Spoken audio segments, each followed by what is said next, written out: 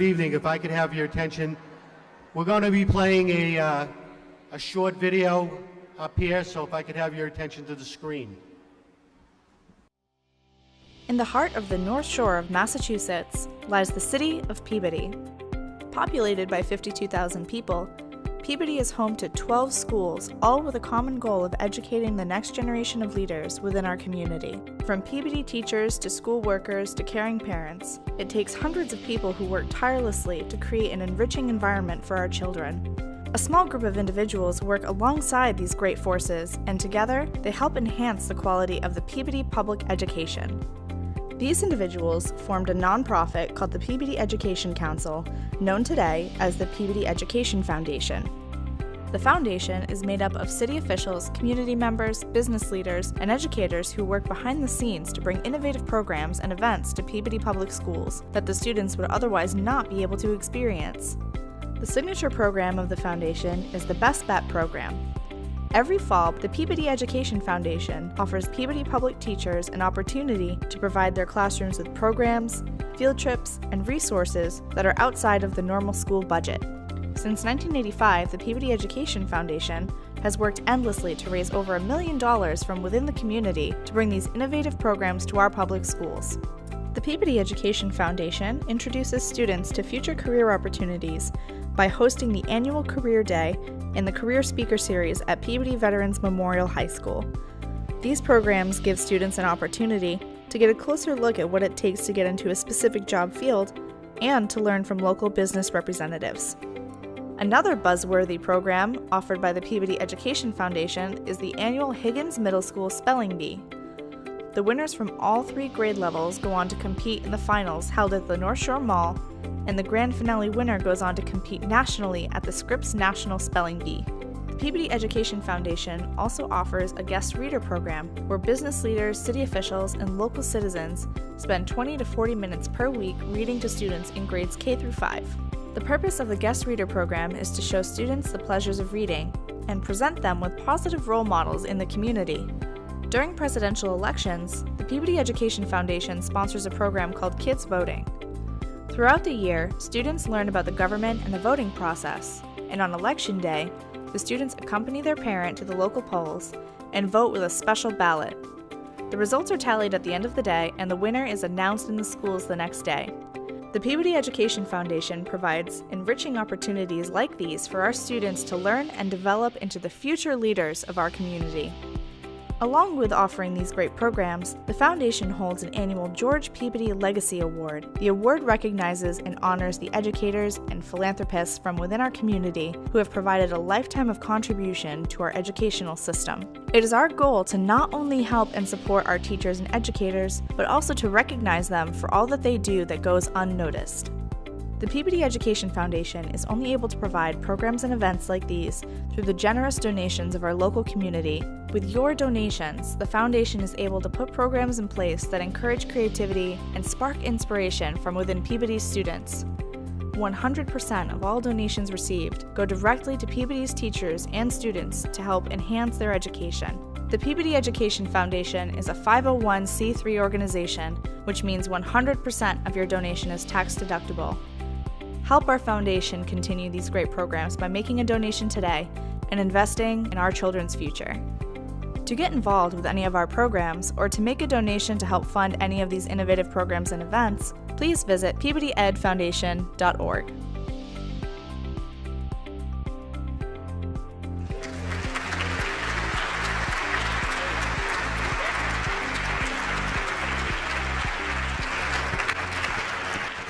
Well, first of all, welcome everyone, and really on behalf of the Peabody Ed Foundation, I'd like to welcome you all to our 6th annual George Peabody Legacy Award.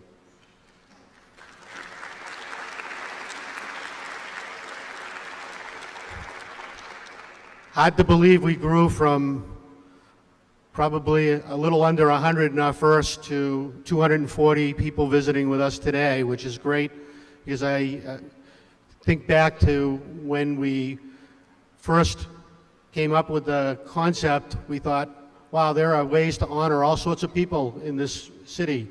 They have halls of fame for sports people, and they have monuments and all sorts of things for people who've done service, and as they should. But educators seem to be the forgotten resource that we wanted to recognize, because not only did you make this city great, but you shaped the future of this city every day that you showed up in that classroom and every day that you helped out our school systems. So this is why this event is so important to us, because you represent the people being honored here today, as well as all the educators who have come through our system, really represent what makes this city great. You molded the future, you created the future for us, and we want to show our appreciation through recognition and letting people remember why it is that all of you are here. So first of all, I would be remiss, and I don't want to forget this time, to recognize the PEF board. The PEF board we're 100% volunteers. We've got people from the city, people from the school department, and people from within the business community, the commercial community. So if my PEF board would please stand up, and if everybody could give them a round of applause.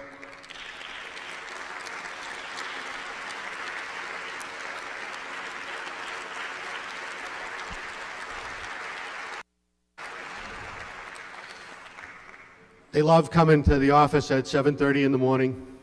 I finally started giving coffee out, and the attendance has gotten much better. I think I'm going to do breakfast next.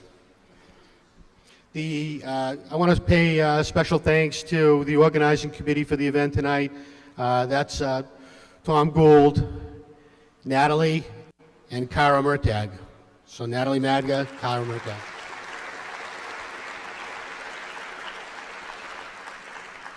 I also want to pay special thanks to the hardworking City Hall crew, particularly Mary Bellavance and Cookie, for setting up the hall and getting everything all ready for you this evening.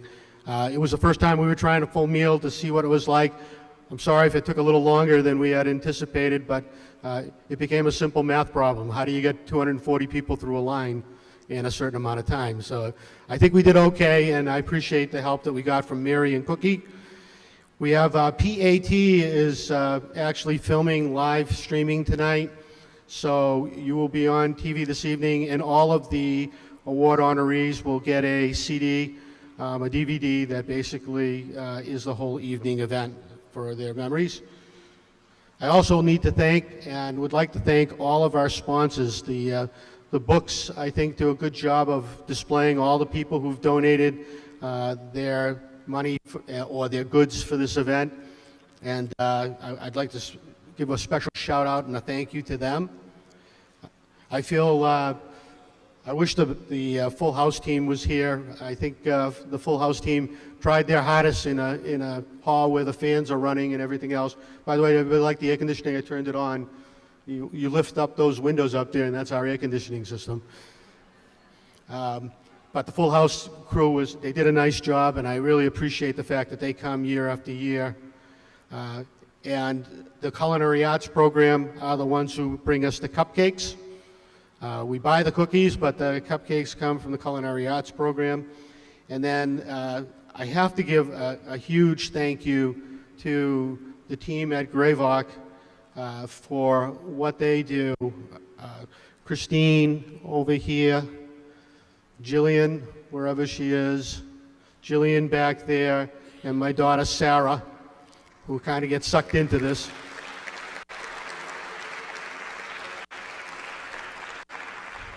And over here is Jade Brewer. She did that video along with Christine.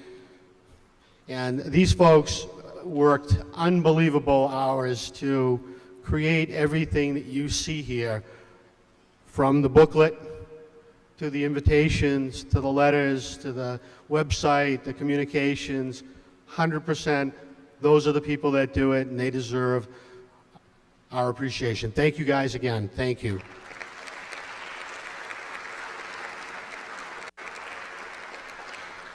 We have a number of elected officials here today, and I'm not going to make that fatal mistake of trying to introduce them all. So if you're an elected official, would you please rise so that we can see you? After all, these people do check off your name on the ballot.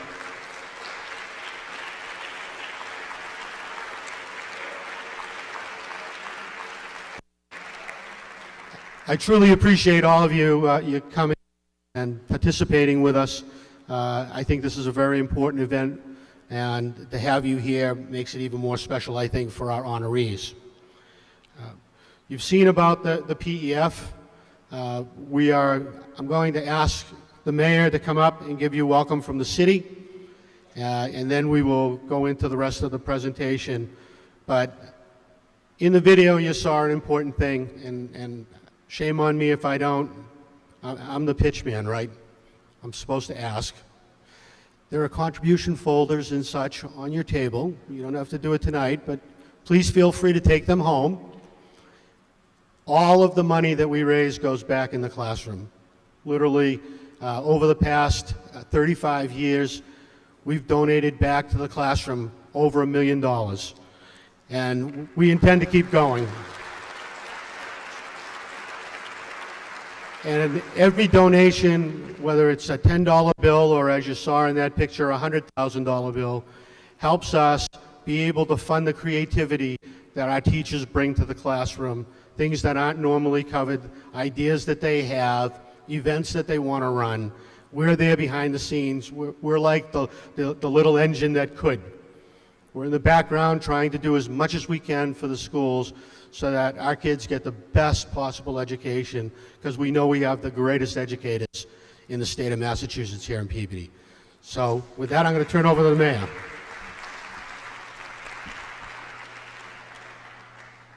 Thank you, Dave. Thanks, Mike. Great. Well, good evening, everyone. I'm very honored to be here tonight to share and to offer my heartfelt congratulations to the very worthy recipients of the George Peabody Legacy Award. Every year I'm amazed by the quality of people that we recognize. And I know some past recipients are here today, and congratulations to them, and it's great to have you with us. I want to thank the Peabody Education Foundation, Dave Gravel, for this wonderful event.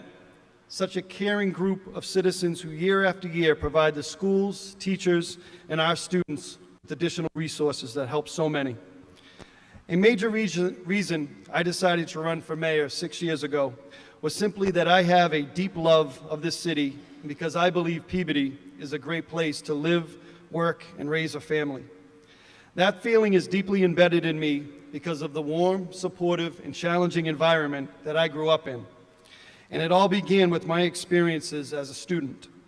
I am a proud graduate of the Peabody Public Schools, from kindergarten at the South Memorial School through my graduation at Peabody High School. I was continually blessed to be surrounded by administrators and teachers and my classmates, and worked hard to provide me with the tools I needed to pursue my goals in life. I could stand here right now, and I've done it. I try every year to meet with the teachers early in the school year, and I've been able to do this where I could rattle off the name of every single teacher I've ever had, and many are close friends of mine today.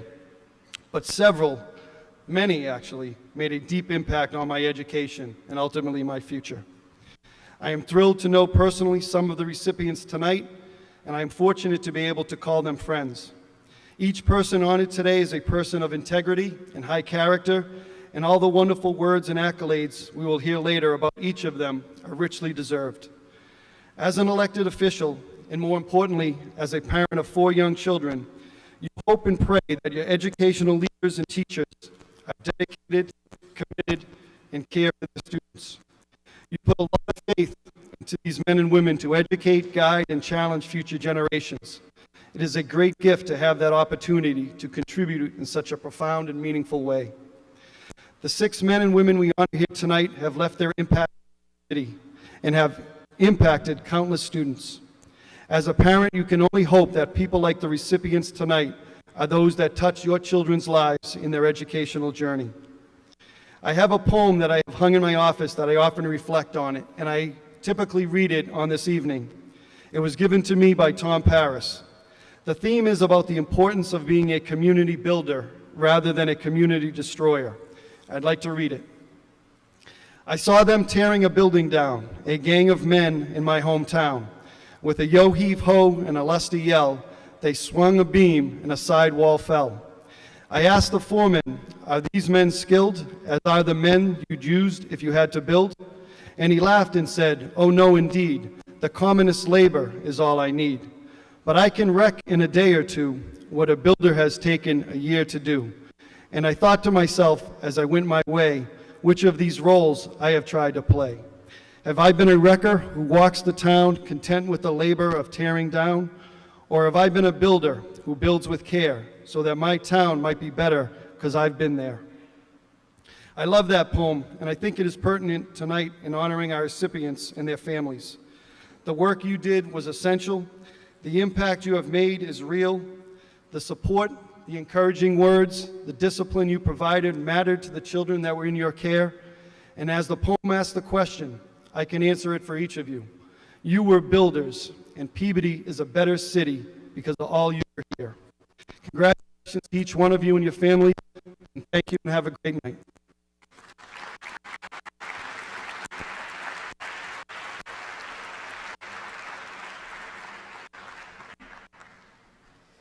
I'd like to introduce, at this point in time, our legacy sponsor, represented by Dan Vasallo from Greylock Associates. He is our controller, and he's here to offer greetings from Greylock.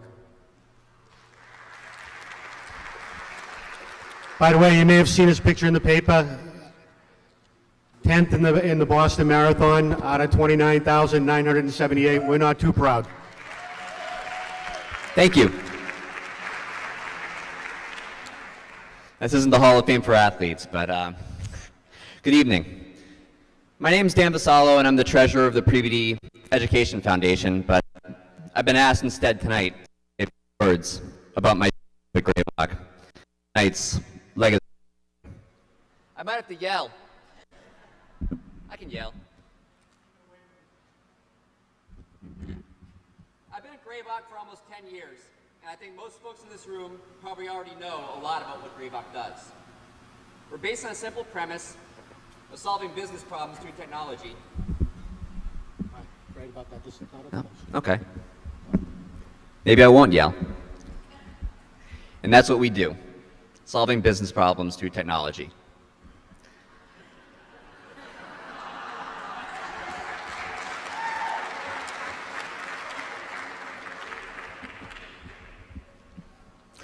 I like to say I do the books for brain surgeons, and from a business perspective, that's not entirely false.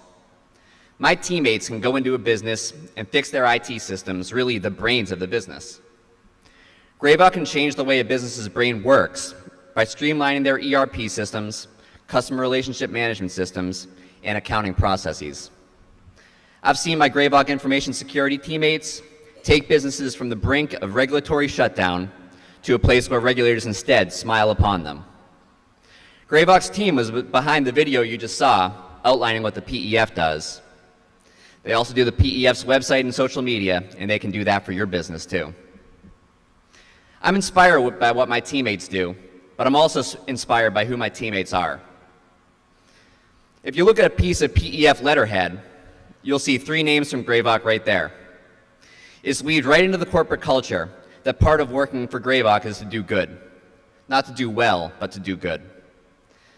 To give back to the community and to make our home as a business a better place to work and live.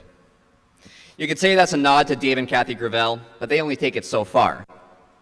The rest of the way is taken by our employees. When there's something going on in town, whether it's something the PEF is doing, the Y, the Rotary, the Chamber, the city's centennial celebration, I see my teammates at Greylock doing something, doing more than just something behind the scenes. They know who they are, and you probably know who they are by now. So many of my teammates strive for a better Peabody, and they motivate me, as an import marrying into the city, to not just live in Peabody, but to be part of it. Now, Greylock is based in Peabody. We're committed to Peabody, and we're proud of our Peabody roots. In fact, we have 12 employees, which is more than a quarter of our team, who are products of Peabody's public schools. And they were undoubtedly transformed by some of the educators being honored tonight. Brain surgeons on my team recognize brain surgeons on your team. Thanks a lot. Congratulations to the nominees and the honorees. Have a great night. My ad is over.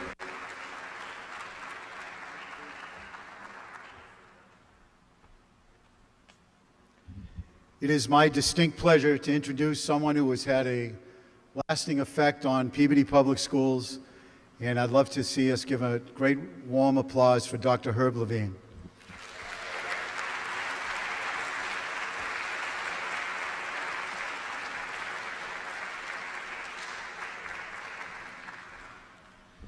Thank you. I will be uncharacteristically short. I love the microphone. A very good friend of mine from Salem, by way of Columbia, said to me, public education in America is the miracle of the world. She meant it from her heart, and she meant it from having traveled the world and seen other educational systems that may turn away people. We don't. We take all comers. We balance the playing field. We can't do it alone. The support of people like Dave Gravel and the Peabody Education Foundation is critical to the heartbeat of what we do every day. The support of this great Peabody community is critical to the heartbeat of what we do every day. We can't do it without community understanding of what we do every day. And quite frankly, the heartbeat of the school system is our teachers and our kids. I'm window dressing. I'm just there with our other administrators to try to get the principals and teachers in their schools what they need to do their job. This is a great school system, and it's been a privilege to lead it for the last 4 years or so.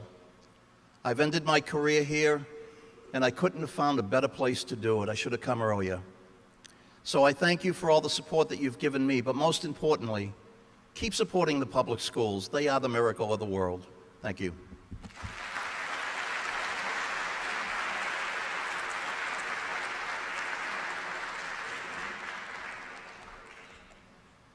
And now for a program that we're all excited and thrilled to be here for, I'd like to introduce Dave Gravel, who will honor Dorothea Kuchinsky. David?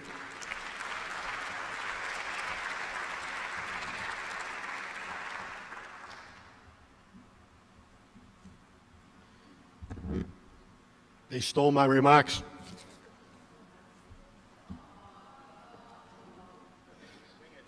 Be prepared, right?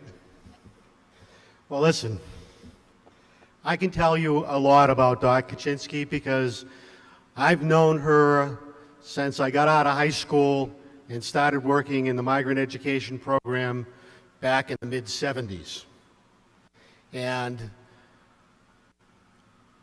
John Murtagh at the time, who was the principal of the Burke School, had brought me into the migrant program. And daily I worked out of the Burke School, and I'd show up and I'd see Dr. Kuchinsky there all the time. At one point in time, I asked John, who is this nice lady? And he told me, and he said, you know, she started out like you did. She went to Salem State College like you're going. It's too late, I'm going to wing it. And she'll appreciate it more anyway because we have a long history. And she became a teacher just like you want to be. And, you know, Dot didn't know at that time, but sometimes little acts like that, sometimes little things like that that happen in your life give you a model that you want to follow. Because I came from a family where we didn't know what college was.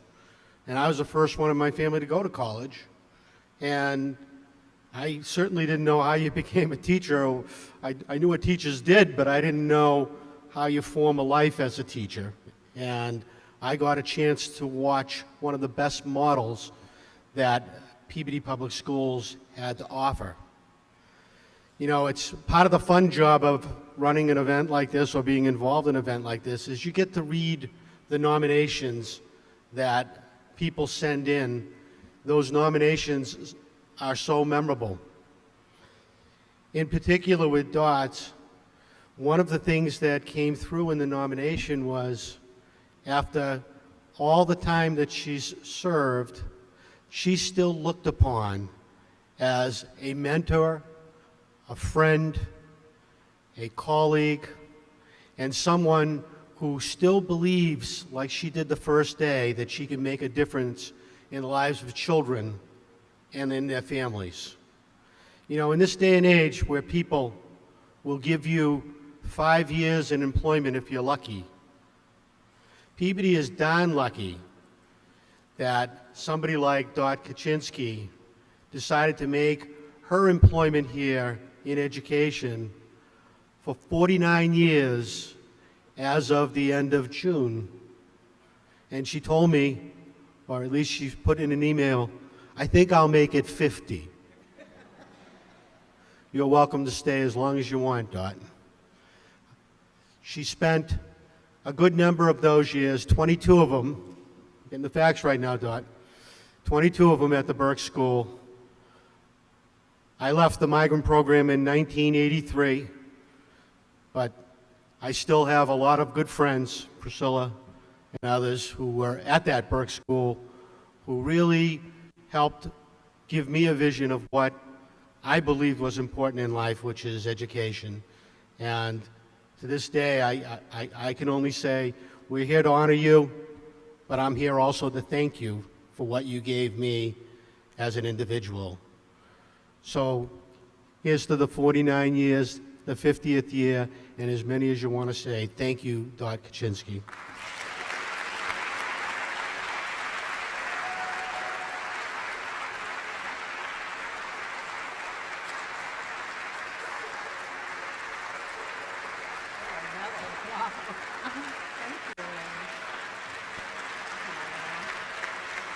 Champions deserve medals.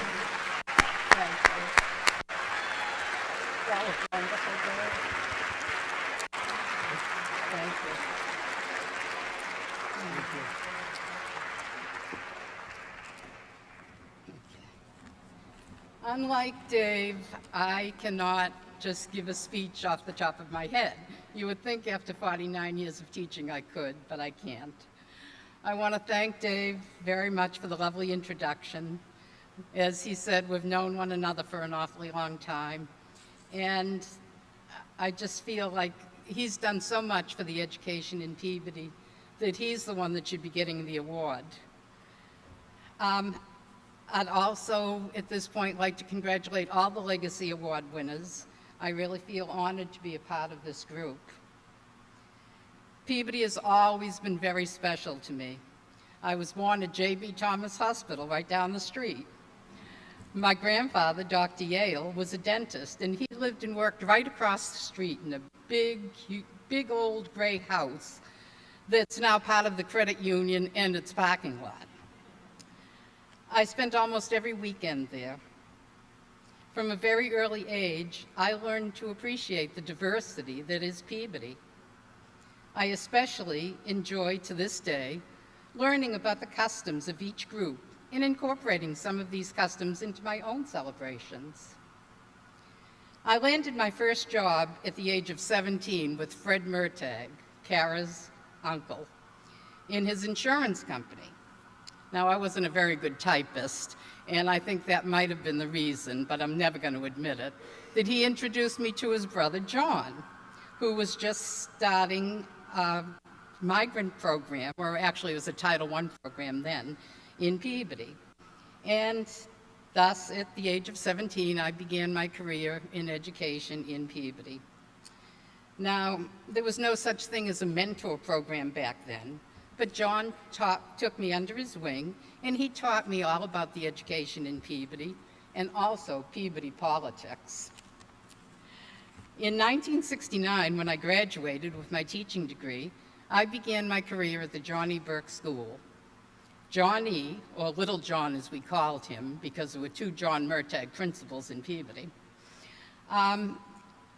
was the principal there. And I taught for 22 years, and to this day I'm still in contact with many of my students. A lot of times I'm on Facebook and they'll say, hey, Mrs. K, guess what? I just had a daughter, or I just had a son, or they'll show me their grandchildren. Some of my students are 61 years old, so. Teaching was a lot different back then. We didn't have the MCAS to worry about, first of all, which was such a blessing. And I used to have my class over to my house every Halloween for a Halloween party. Now, at times, if the parents had something really important to do in, appointment after school, I'd say to them, oh, leave the kids with me. I'll take them to my house. You can pick them up after school. Well, of course, you couldn't do that today. You'd probably be arrested, but at that point you could, and it really formed a lot of wonderful connections with families. After little John became principal of the middle school, the Burke was taken over by Phyllis Rance. And Phyllis and I got along very well. She had always had the best interests of the children at heart, and she was so good to myself and my children. It was with mixed emotions that I left the Burke School, but the opportunity came up for me to become a reading teacher. My first assignment was at the Center School, where my kids went, under Timmy Roach, and the Kylie under John M. Murtagh, or Big Jack, and that's Kara's dad. When they decided to put reading teachers in each school, I chose the Kylie. Big Jack, Kara's dad, was such a wonderful principal. He didn't sweat the small stuff, and I was with him until his retirement. He was a gentle giant, and he had a heart of gold. I worked for so many great men and women, Sandy Dunning, Ernie Osborne, and I will be ending my career next year with one of the best, Race Moyer. Good principals know how to create camaraderie in the staff, which is what makes a school great. I'll take only a few more minutes of your time, but I really wanted to thank my family and friends for all the support they've shown me. My sons, Greg and Fred and Stephen, aren't able to attend tonight, and I'll give an aside here, I want to say this. My son, Greg, thanks to my friend Priscilla, was with Ancestry.com and did a DNA test. And he found his half-sister, who was also adopted from El Salvador and living in Utah. Now, her wedding is Saturday, and he invited her. And this morning, I was at Logan Express at 3 o'clock, dropping him off so that he could get a plane out to Utah to meet his birth sister and to be at her wedding.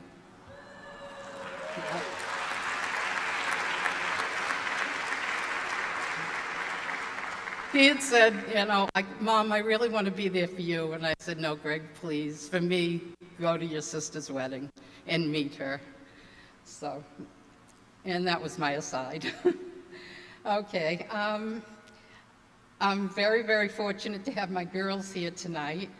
Sarah, who I'm lucky enough to work with at the McCarthy School. Lisa, Nicole, and Jahalis. My grandchildren, Christian, Timmy, Ariana, Gemma, and baby JJ, who's coming in September. And Haley, Cole, Dominic, Austin, and Alyssa. I have my dear friend Patrick, my first friend at Salem State, Stephanie, my first teaching friend in the Burke School days, Priscilla. My good friend Diane wasn't able to come today, but she also adopted a child from El Salvador, so we've been friends ever since. And my friend and coworker, Melissa Comack, who always keeps me on the straight and narrow. My buddy, Sarah Takis Welch, who's always there for me, and all the fabulous teachers and friends that I have worked with on a daily basis at the McCarthy and in all the schools in Peabody. And I've just worked with them for so long, and to me, I feel this award belongs to each and every one of you, because you are awesome. Thank you very much.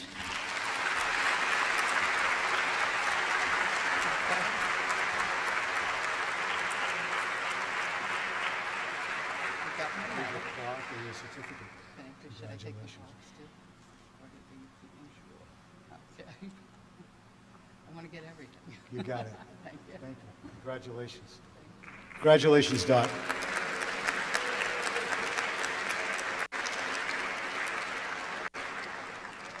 I'd now like to call out Dennis Karumpis, who has the honor of introducing Victor Passacantilli. Dennis, please.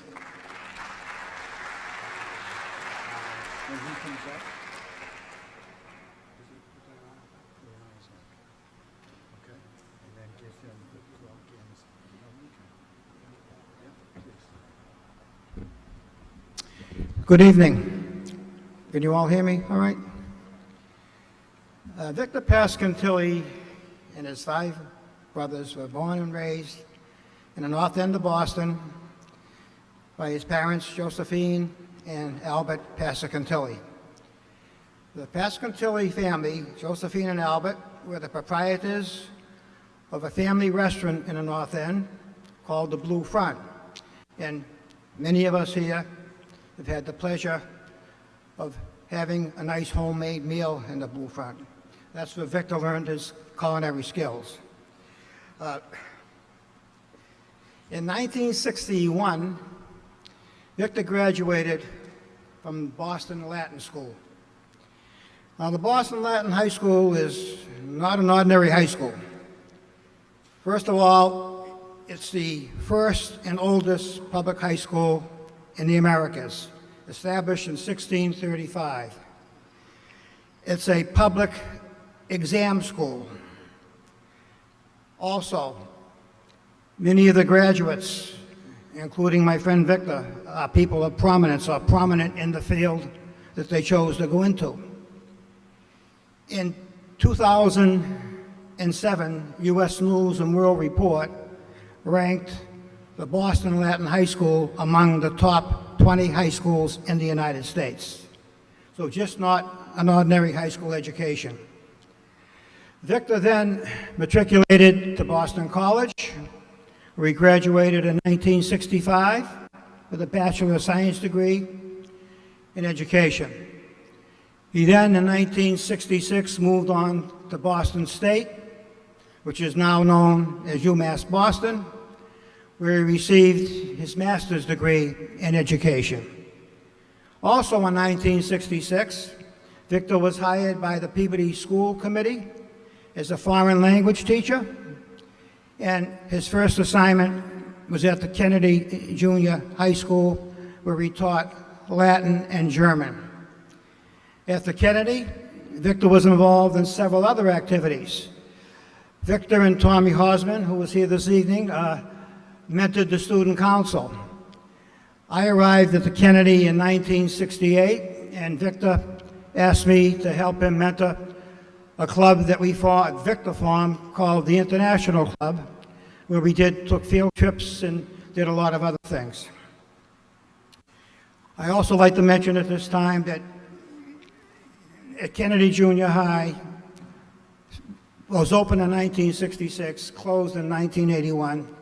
We had a wonderful principal by the name of Hubert McGovern, the late Hubert McGovern. He was absolutely. Not only was he a great principal, he was a very fine and kind man to all of us, and I miss him. 1981, the Kennedy closed, and teachers were dispersed to the Higgins Junior High School. Some teachers went up to Peabody Veterans Memorial High School. In I believe it was 85 or 86, when the Higgins became the middle school. And at that time, other people were dispersed to the high school or various other places. In 1994, Victor was selected as Foreign Language Department Head at Peabody Veterans Memorial High School. And he served as the head of the Foreign Language Department till 1999. In 1999, Victor returned to the Higgins as the in-school suspension teacher and monitor. In 2002, Victor retired from the Peabody school system after 36 years of service.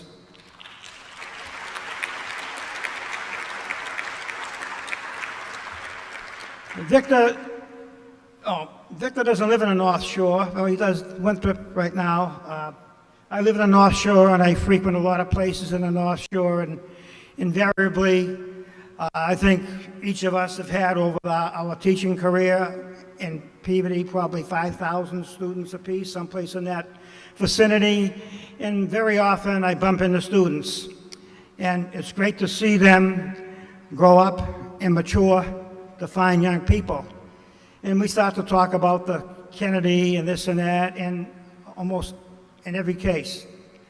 Do you see Mr. Passacantilli? I says, yes, I see him every once in a while. Please give us our best and say hi to him for us.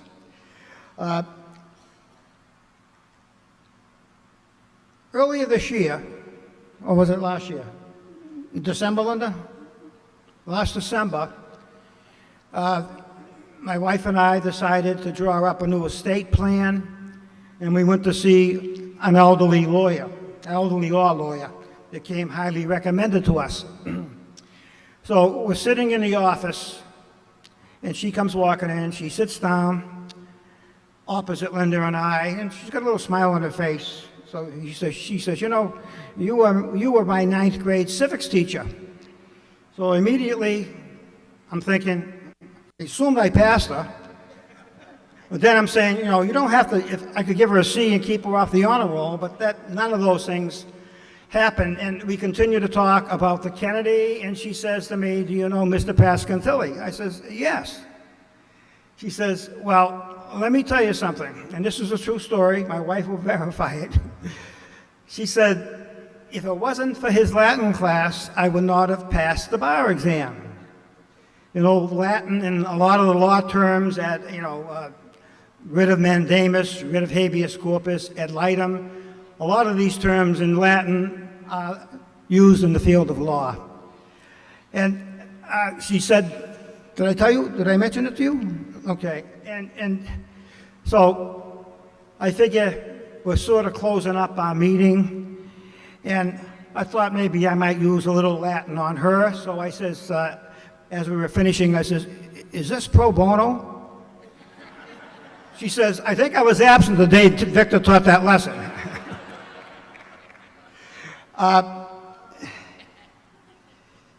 In summing up, I've known Victor for 50 years as a friend. I taught with him probably 30 years at the Kennedy and at the high school. And I think 2 phrases sum up Victor Passacantilli. Oh, you know what else I forgot? I want to go back a second, back to the Latin school. Excuse me. In those days in high school, we had inkwells and fountain pens, you know, and we always practiced the Palmer method of handwriting. Now, many of you here know Victor. If you ever received a written communication from him, it's unbelievable. And I suggest that maybe we should rename it the Passacantilli handwriting system rather than the Palmer handwriting system. I forgot that, Victor, but I have to say that.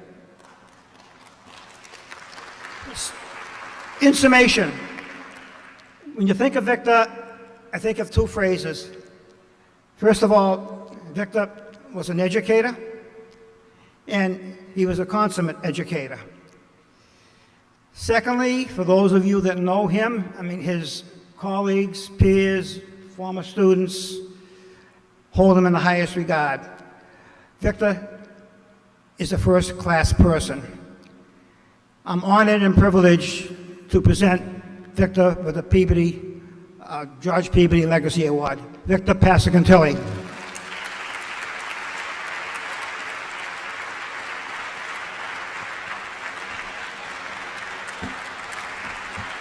Thank you, my friend.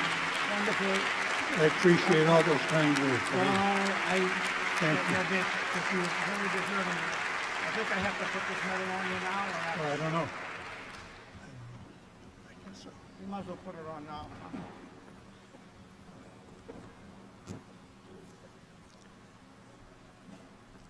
Wow. Thank you, Dennis. And thank you to the Peabody Education Foundation, David Gravel, Thomas Gould, and your staff for all you do to make Peabody Public Schools the best they can be. Also, I would like to extend my congratulations to Dorothea, Elaine, Cynthia, Karen, and the family and friends of Lou Surman for also being recognized here tonight.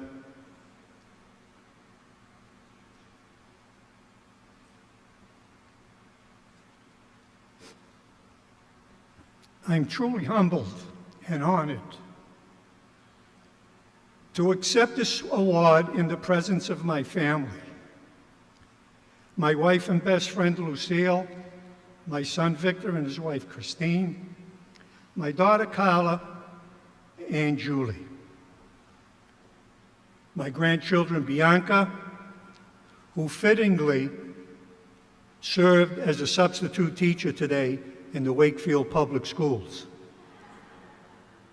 and to my grandsons Dominic and Alec, and to my younger brother Paul and his wife Angela. Thank you for being here and sharing this evening with me. Ever since I was a sophomore at Boston Latin School, I knew I wanted to be a teacher. It was there I found myself in the classrooms of many fine teachers. However, two masters, as they were referred to then, Mr. Albert Van Steenbergen and Mr. James Donovan, so impressed me with their teaching style, their command of subject matter, and an ability to make learning fun and interesting. It was then that I decided that I wanted to emulate them. The city of Peabody has been very kind to me. She offered me a teaching position in 1966 when a first-year teacher's salary, bi-weekly salary, was $138 net. I can recall Larry DiLorenzo and I, looking at that check in the teacher's room and feeling, wow, that's quite a sum. Until one of the veteran teachers in the background, hey, rookies, that's for 2 weeks.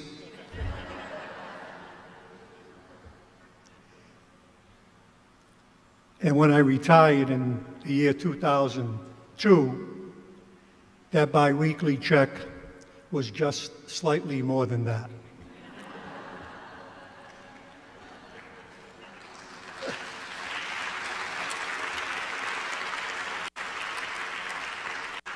She gave me the opportunity to work for some fine educators like Huey McGovern and John Murtagh, who are two previous recipients of a George Peabody Legacy Award. And I also enjoyed working for Bob Ghibley, Kate Cullinane, Joan Carr, and Joe Padalea. The city of Peabody gave me the opportunity to instruct and get to know so many fine kids and students. One of them happens to be the mother of our mayor, who served on the student council when Tom Hosman and I were the advisors way back in the 60s. She also allowed me to establish cherished friendships with my colleagues. Those friendships have endured for over 52 years. My friend Dennis, my friend Tommy Hosman, Jack and Elaine Marshall, and my friend Larry DiLorenzo. Just an aside about my friend Larry DiLorenzo. Our first day of school in September of 1966, we had a teachers' meeting. I, being from the North End originally and living in Medford at the time, hardly knew where Peabody was. I found my way to the Kennedy Junior High School, walked into the building, found the library, and was a little apprehensive as to where to sit. I peeked into the library and I spotted someone in a black mohair suit. I had a black mohair suit too. I said, that's my kind of guy. I'm going to go and sit next to him. That person was Larry DiLorenzo. We sat together on our first day of school, and we worked for 36 years together as teachers, and we left the Higgins Middle School in 2002 as retirees. So we started together and finished together. The city of Peabody has been very kind to me, and most recently, the city has provided a fine young man, Ralph Almeida, as a boyfriend for my youngest daughter, Julie.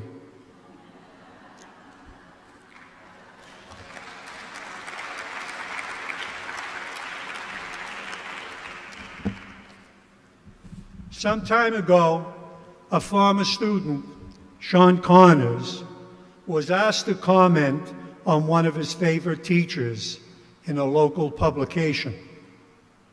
Sean said, Mr. Passacantilli was firm but fair and treated all of his students with respect.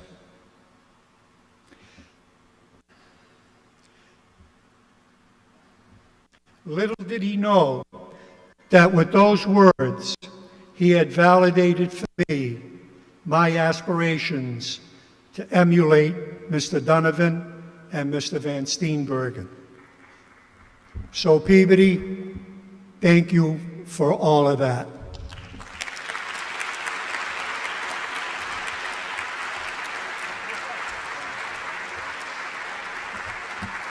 Don't go away. Congratulations.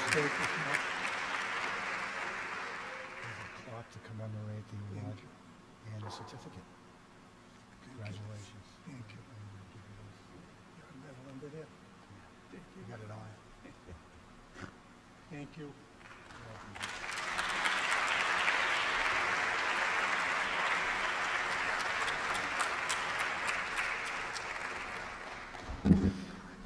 Just to inform people what they're receiving up here, they get a commemorative clock. We added the medals this year. We thought it would be a gesture and something that you could wear to every one of these events that you come to in the future. And we will be awarding those same medals to past recipients at the end of the program. The other thing is they have a certificate from the George Peabody Trust in London recognizing their achievement. So.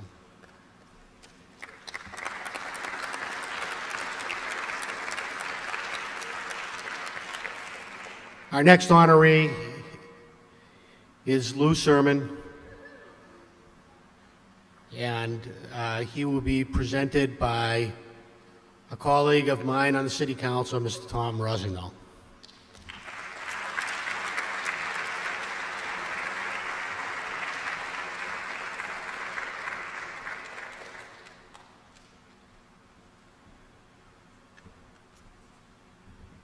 So first, I'd like to thank the Peabody Education Foundation for putting this on. This is a fantastic event.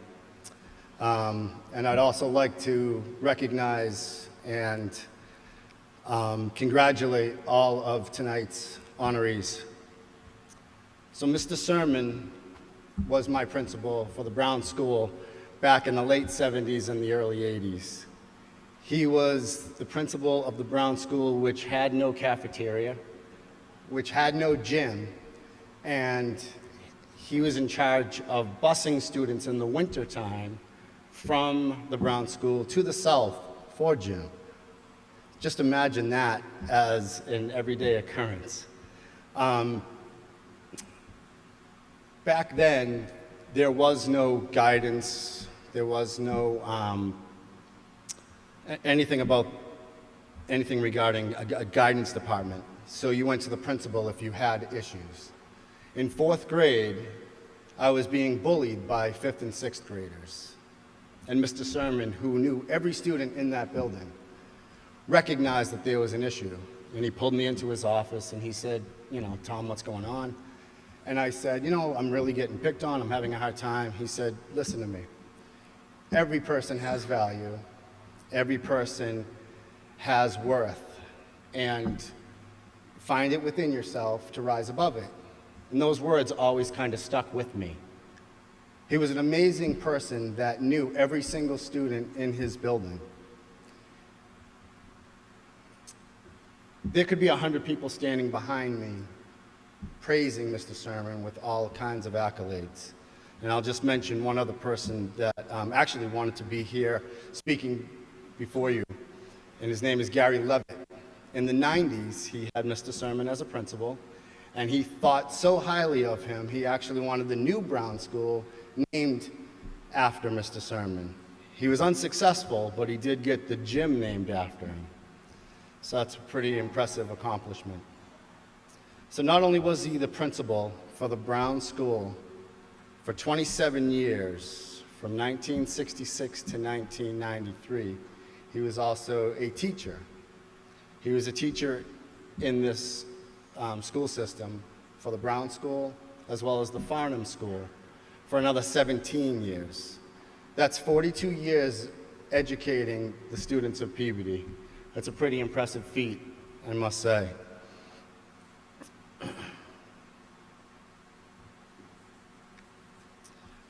That's only a piece of Mr. Surman's legacy. That's only a piece of Mr. Surman's story. Not only was he a principal, and not only was he an educator in Peabody, he was also a coach, and he was the ultimate mentor. Anybody that knew him knew that he was a staunch gentleman, and he was what you emulated and wanted to be as a person. Mr. Surman, in my mind, was always guided by four principles. He was guided by family, he was guided by faith, he was guided by education, and he was guided by athletics. He used all of those principles to instill worth in his students. I know educators have the opportunity to mold, to shape, to influence, and to inspire students. That's a pretty amazing gift. It really is. I know I am a better person and a better man for having had Mr. Surman in my life. With that said, I'd like to introduce the family of Mr. Surman to come and accept this award on his behalf.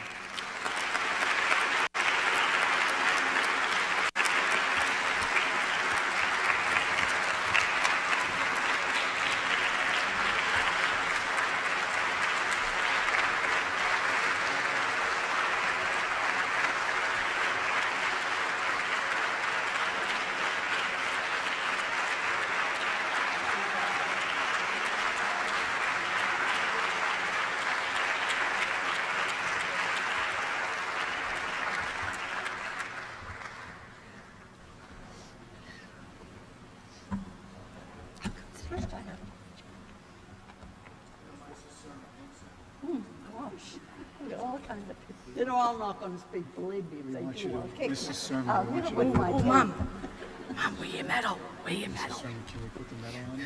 Oh, thank you so much. Congratulations. Wow, thank you, Mom, thank you so much. Oh, thank you. On behalf of my family, who's all here, Lou and I want to thank you for selecting him for the George Peabody Legacy Award.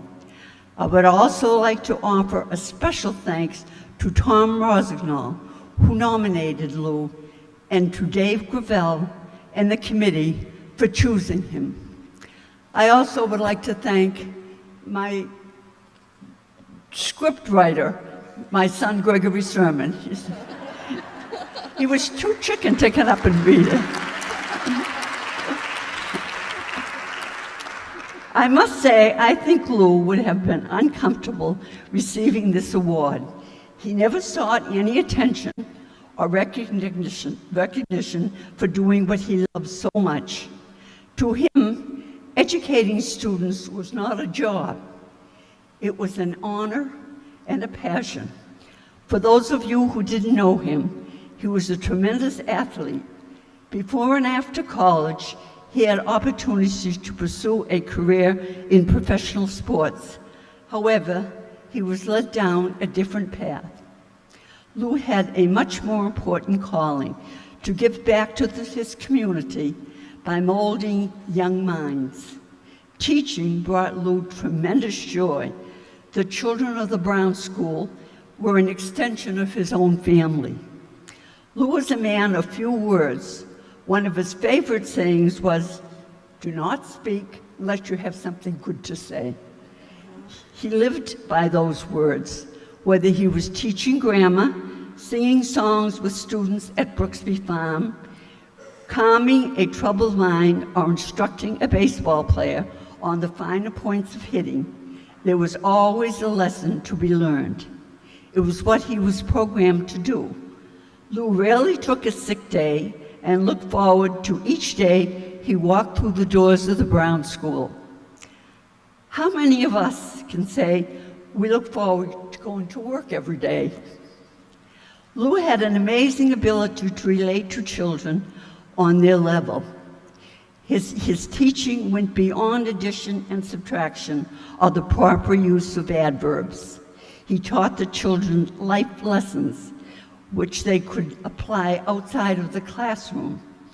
Lou used words like love, patience, kindness, forgiveness, and compassion. He was firm when he had to be and supportive when the situation called for it. I can stand, Greg wrote sit, but I'm not sitting. I can stand here today and tell you, Lou loved every student that walked by him in the hallways of the old Brown School. I read an old editorial in a local newspaper written by one of his former students, Gary Levitt.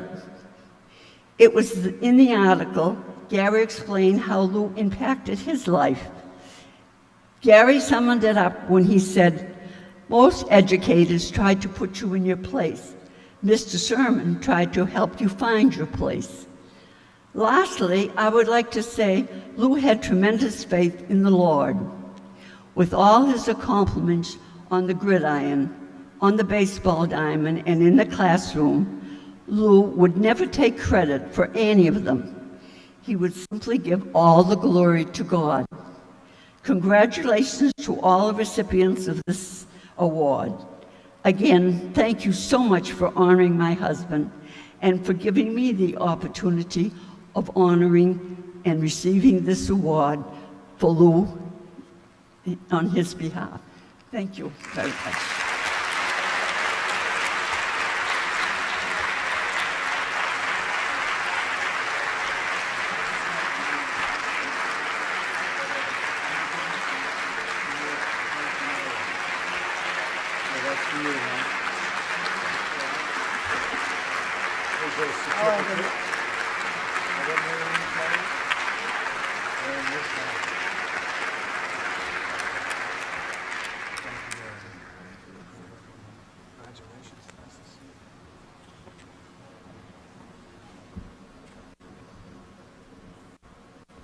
Thank you, Mrs. Surman, for a wonderful acceptance.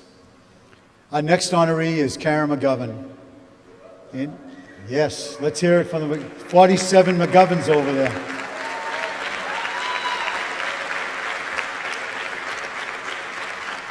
It is my honor to introduce Mr. Todd Busey to speak on behalf of Karen McGovern. Mr. Busey, please.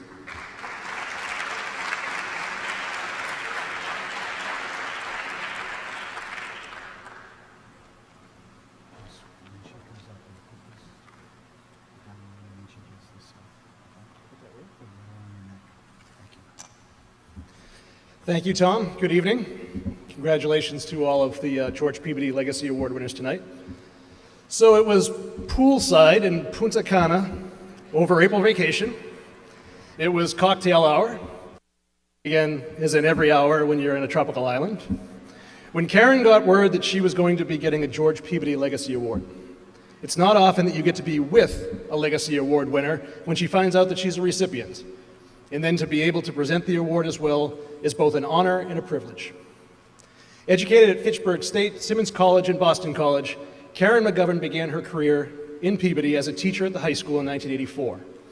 After several years teaching special education, advising classes, chaperoning many ski trips, and developing many relationships, Karen moved on to become an IEP chairperson. In that role, she was able to impact the lives of special education students across the district as a passionate advocate for those that needed a little more to reach their potential. The chairperson role eventually brought her to Higgins Middle School, where she has been ever since. In 2002, with a gentle nudge from Kate Cullinane, Karen and I became housemasters together. In fact, 3 of us, Jane McDonald was the 3rd, became housemasters as 3 veteran administrators all retired at the same time. Karen was able to utilize her skills from both the classroom and her role as an IEP chair to hit the ground running as a housemaster at the largest middle school in Massachusetts. It is in that role that Karen will be retiring from in June. I have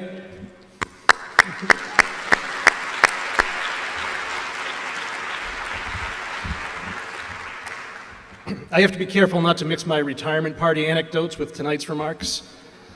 Telling tales of the year of Karen and America's house guest probably would not fit such an august occasion, so those will have to wait till June 7th. Karen and I have worked together on the Higgins administrative team for the past 16 years. You'd probably have to search far and wide to find a pair that has been together that long. Over these years, I've been able to witness firsthand all that has brought her here tonight as a Legacy Award winner. A tireless advocate for special education, who lives by the adage that special education is a service and not a place, and a passionate proponent of literacy across all content areas. It is all about the literacy, after all. Karen has left an indelible mark on the city of Peabody. One cannot talk about Karen without mentioning her generosity and concern for others. Throughout her entire career, she has put others first and is always the first to know when somebody is celebrating a life event, such as a birthday, a wedding, or the birth of a child. I'm not sure how she keeps track of it all, but she never forgets anybody. Year after year, Karen organizes the meals for families at Thanksgiving, the gifts for kids at the holidays, dresses for 8th graders at the Moving On dance, and making sure that our students always had the supplies they needed for class. This thoughtfulness and concern is something that carries over to her community and her family life as well. One of 8, her wonderful mom Connie is here tonight, along with tables full of family and friends.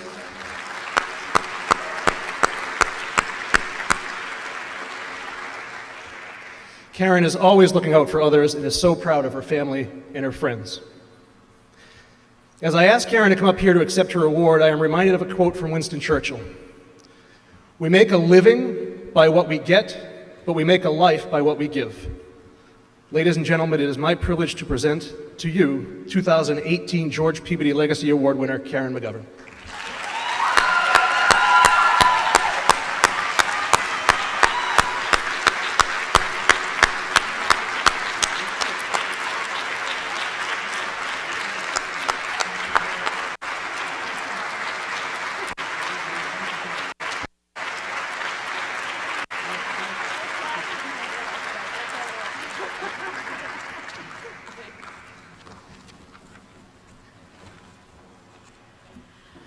Thank you so much. This is so overwhelming. I've sat on the other side, been very happy for the previous Legacy Award winners, but then when you find out that you're going to be a Legacy Award winner, I'm thinking I can't be that old. But I am retiring this year, and it has been a pleasure to work in the Peabody Public Schools. I have made so many friends and worked with I'm thankful for so many colleagues, from my colleagues at the high school and at the middle school. It's been a great career, worked with great families, with great students, and I'm very thankful for that. I want to thank the Peabody Ed Foundation and the great work that they do. I was at Gravock this morning, first time seeing their new offices. They're awesome. And they, with all of the work that Peabody Ed Foundation has done with the Best Bet programs and that have benefited kids in the classroom, I'm very thankful for that. And then to honor teachers in the district that I know how hard all of you worked and everything that you do and everything that gets thrown at you all the time. So we're so grateful for the Peabody Ed Foundation and all the work that they do. I want to congratulate my other recipients tonight. It is an awesome group. I am so honored to be here with all of you, and thank you so very much.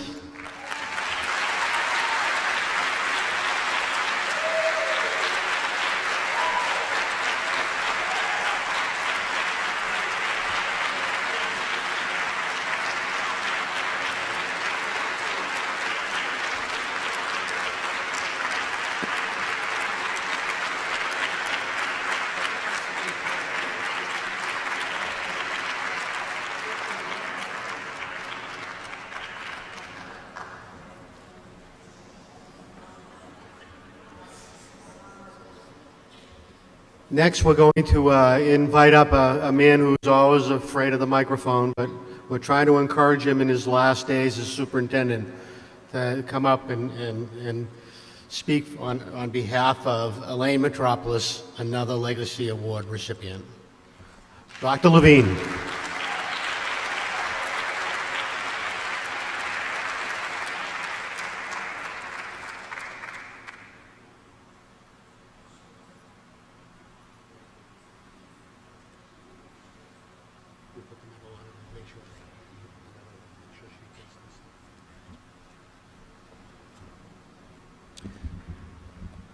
Thank you. I've never been asked to speak twice at the same event, so this is wonderful.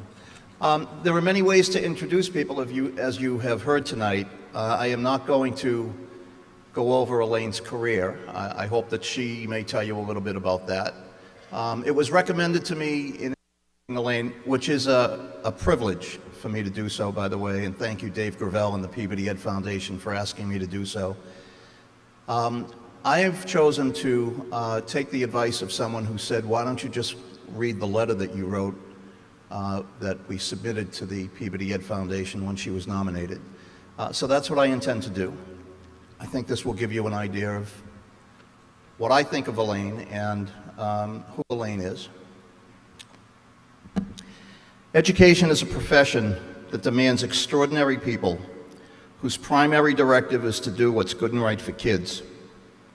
There has been no one in my 49-year career who more embraces that philosophy than Elaine Metropolis. To begin with, Elaine is talented and bright and is able to move her building forward in curriculum and instruction with the goal of improving student academic experiences and performance. With patience combined with passion, understanding combined with drive, and always with respect and dignity, Elaine has created a school environment where everything is possible and the really hard work gets done. She is a leader around whom others gather for direction, advice, and support, and is with all outstanding leaders, recognition for all that they have achieved. No school administrator with whom I have worked, and I have been privileged to work with many fine people, rivals Elaine's absolute commitment to make certain of each individual child's success, regardless of the challenges. She never, ever gives up on a kid, and kids know it. The work and effort expended on behalf of some of her most challenged children have gone far beyond what anyone could reasonably expect and ask for. Her love for and commitment to each child who is lucky enough to come her way are unwavering, resolute, and absolute. Elaine Metropolis is, as a human being, as fine a person as one will ever come across in a lifetime. She combines the fierce and laser-focused energy expended toward helping children with kindness, compassion, and a clear insistence that every child has the fair chance to succeed under her care. Endlessly empathetic, Elaine is also a woman of an honor and dignity and demands the same of all around her. She provides the shining light for Peabody's most challenging and demanding school. And lastly, Elaine has a well-defined sense of humor and, most importantly, laughs at my jokes. Whenever it is that Elaine decides to retire, past generations can look to Elaine as the role model for what the word principal is supposed to be, and future generations can be at peace knowing that every child under her care had the benefit of a gentle, thoughtful soul whose mission in life was to help others. It is my pleasure and privilege to introduce Elaine Metropolis.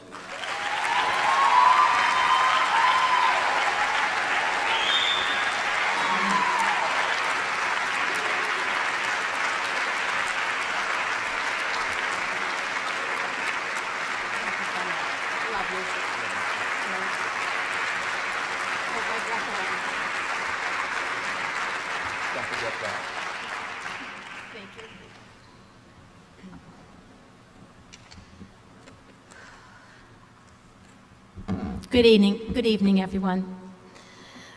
Wow. First of all, I'd like to thank the Peabody Education Foundation and the members of the George Peabody Legacy Award Committee. I am both honored and humbled to be here tonight, and I'm so very grateful to be the recipient of this very special award and to share it with some amazing people. Victor Passacantilli, foreign language teacher at the middle school, head of language at the high school. I heard wonderful things about you from my husband. Cynthia Moore, many, many years in special education. I admire you so much.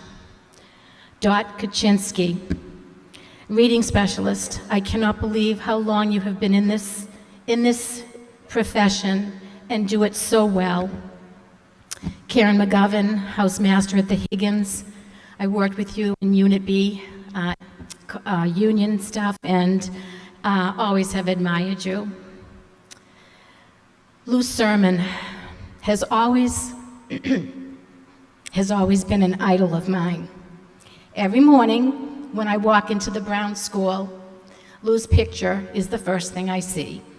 Every morning I say good morning to him and hope and aspire to be even part of what he was.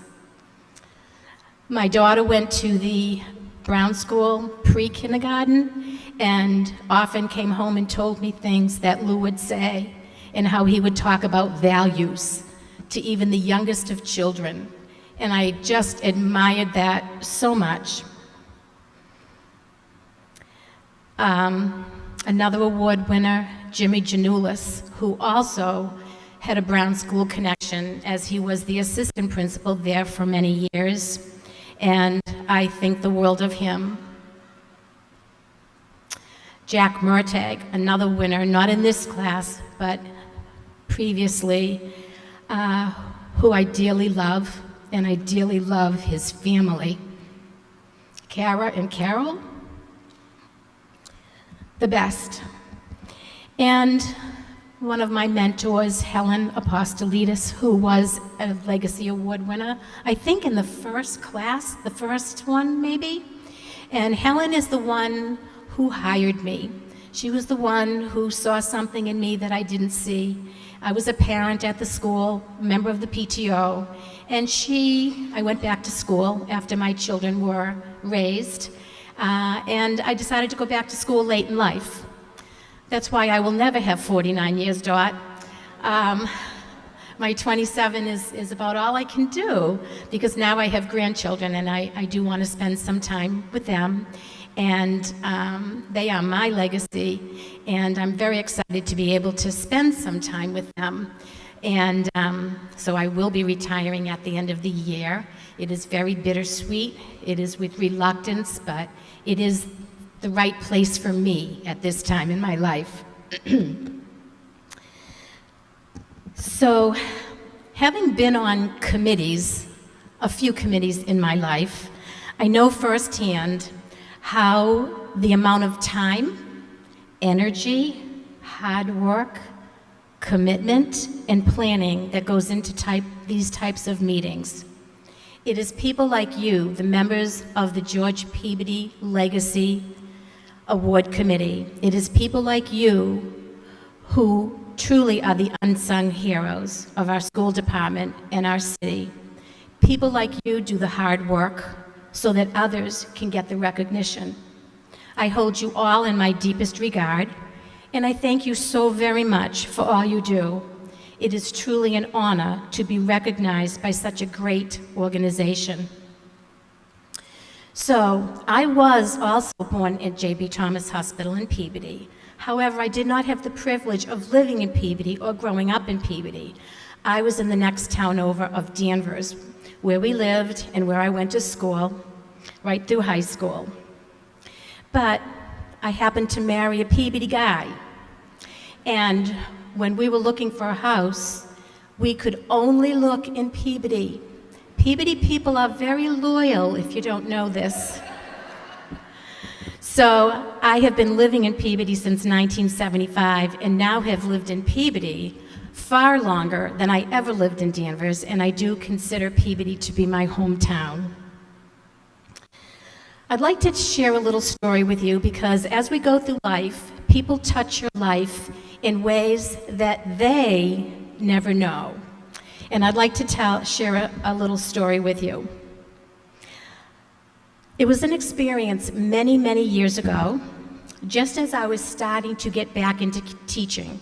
I was going back to school. My children were now in elementary school, and the time was right for me. And my daughter was attending the Welch School, and I was involved in PTO. And I became the PTO representative to the PAB, the Parent Advisory Board. And I was about ready to get my teaching license, and I was taking courses. And one of the things I had to do was I had to attend school committee meetings, and I had to attend all kinds of meetings around the city and in the school department so that I could learn the ropes. It was part of my coursework, which I think was really a good thing. So anyway, I was the representative to the PAB, and I used to love going to the school committee meetings, and I loved going to the PAB meetings because they were always so fascinating. Back then, I don't know if any of you remember the school committees of years ago. They were quite contentious. Nothing at all like the meetings that we have today, which are always so positive and cordial and supportive. But anyway, I was at a PAB meeting, and the conversation and the discussion was getting heated, and people were complaining that nobody does anything and that they were disagreeing on things. And all of a sudden, in the back of the audience, a young man stood up, and he started speaking. And he started talking about ways that we get things done. And I remember it vividly. I remember him talking about the way to get things done is to do them. Join in with other people and do them. Don't just talk about it. Don't just complain about it, but do them. And then he even took it a step further. He said, I have some ideas. And he started to talk about his ideas. I turned to the person next to me and I whispered in her ear, wow. Who is that guy? He's amazing. He's going places. That guy was Dave Gravel. So Dave, I don't know, where are you, Dave? I don't know if you remember that,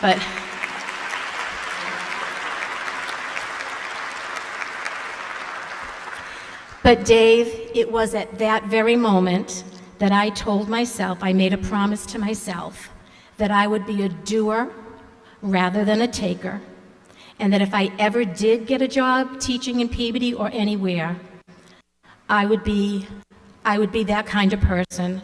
And I would try to always think outside the box, come up with ideas, not just talk about them, but do them. So Dave, I want to thank you for impacting my life in such a positive way.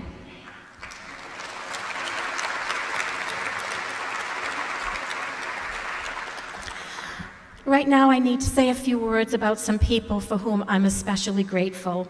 Amazing people without whose support, because of their support is the reason that I'm standing here today, right now. Helen Apostolides, who has been my first mentor. Helen was the principal of the Welch School. I was involved as a parent, president of the PTO, PAB representative, and gone back to school. And evidently she saw something in me that I didn't see because she hired me as a teacher. And I have been forever grateful for that. And I remember when I was first hired, probably for the first 5 years, every day I would say, I can't believe I'm a teacher. I can't believe I'm a teacher. And it was so exciting, and I've always felt the same passion for that profession. So, Helen, thank you for mentoring me, and thank you for teaching me to lead. Thank you for teaching me to use my resources and to think outside the box. Kara Murtagh, mentor number 2. So sometimes we go places not because we lead the way, but because we are pushed. Kara pushed me. I was her assistant principal, and again, she must have seen something in me that I did not realize, because she kept saying, you need to be a principal. I heard it from Helen before, and then I heard it from Kara. And it was 5 minutes to 3 on a Friday, the day before the applications were due for the principal of the Brown School. And Kara said, she used to be like, did you write your resume? Did you get your letter in? And I said, no, I don't know if it's for me, Kara. And 5 minutes of 3, she stayed on me, and I called my husband. I said, bring my paperwork down, bring it down. So thank you, Kara, for pushing me, for mentoring me, and for all you've done.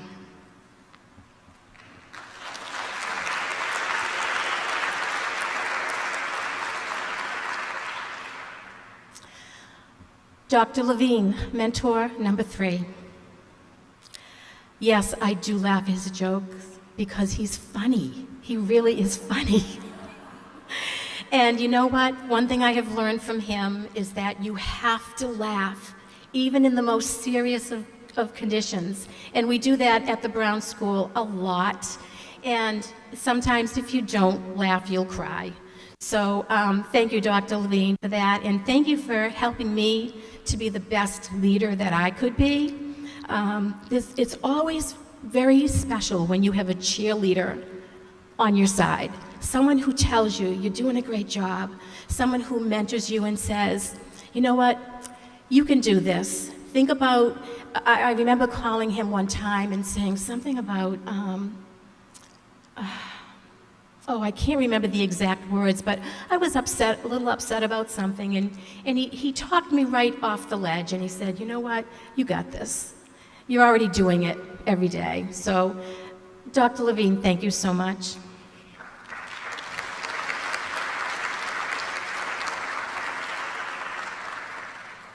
And one thing I will say that Dr. Levine has taught me, as well as Kara Murtagh, is to be kind to people. Be good to people, because that's what it's all about. We only have each other. Be good to people. I'd also like to thank my next-door neighbor, Susan Lang, who unfortunately I have lost contact with. She lived next door to me, and from the age of 6 right up through maybe, I would say 12, we played school every day. We would go down in her cellar, and she had one of those big, like a big black oil burner, and we drew a line down the middle, and she would put Miss Lang and I would put Miss Tolios, and she taught grade 2 and I taught grade 1. And we would write our vocabulary words on the board, and we would teach our imaginary students.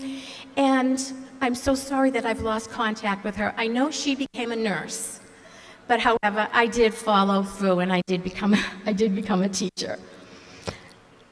My family, many of whom are sitting at this table in front of me to my left. They are here tonight because that's what my family does. We support one another's successes, and we're there for each other when things which happen in all families sometimes are sad, and so sometimes instead of sharing laughter, we will share tears, but we're always there for one another. And I'm especially thankful that you're all here tonight.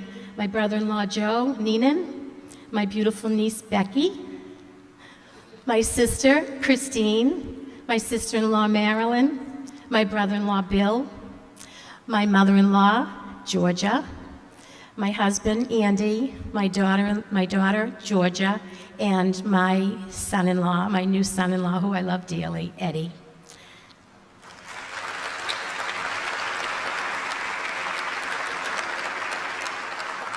I'm especially thankful that we're gathered here tonight for a happy occasion. So at this point, I would like to kind of just think about dedicating this award to somebody. And the two people that come to mind are two people who have helped shape my life. And because of their compassion for other people, their kindness, their ability to give to other people. And that is my mother and my mother-in-law. And those were two people who I always saw be kind to people, be respectful to people, to give beyond giving, and to help people feel good about themselves. So I want to thank you, mother-in-law, and my mom.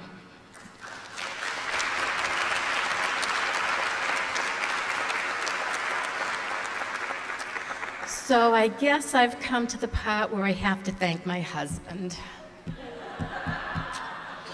All righty. My husband, Andy Metropolis. So several years ago when I decided to go back to school, he has supported me through that and through late nights and committee work and meetings. I always tell everybody he does my errands. I call him from school. I forgot my phone at home. Could you get my phone? I forgot my lunch. Bring me my lunch. Can you do this? Can you go get this? Can you pick this up for school? So he is my errand guy, and for that I'm very thankful. So as some of you know or don't know, but Andy was also a Legacy Award winner. So he had always had this on me, you know? So now, I'm wondering, Dave Gravel, wherever you are we the first husband-wife team? We are. We are.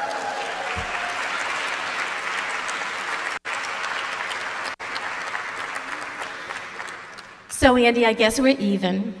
But as you kindly pointed out to me the other day in a phone call, he called me and he said he was bothering me at work. I always tell him I can't talk to you at work, I'm busy. But he called me and he said, my brother-in-law Bill just called and he said your name is up on a billboard somewhere. So I don't know, did other people who were nominated, did you see this? Yeah. So, Andy, I don't think you were on a billboard. He said he will be. Okay. So I would like to I look out over in this direction and I see my staff, who is my other family, and you are phenomenal. I knew the minute I walked in that school that I was going to be enriched, and I can't thank you enough for all you do. I also have parents here, which is just, I'm so thankful that you're here.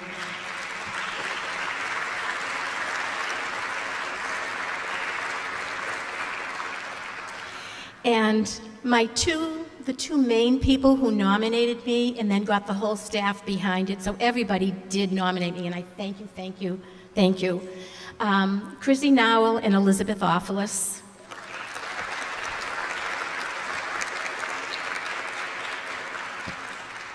You have given me something in my life that I will remember forever.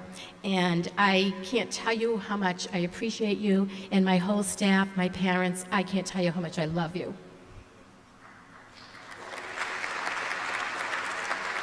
So to all of you who have touched my life in some way, in any way, I'm truly grateful to you all. I can't express how thankful I am and I'm so happy that you're here tonight and for this wonderful honor. And I leave you with this one quote which really helps me to understand what a legacy truly is. A legacy is not leaving something for people. It is leaving something in people. And I hope that I've done that. Thank you, everyone.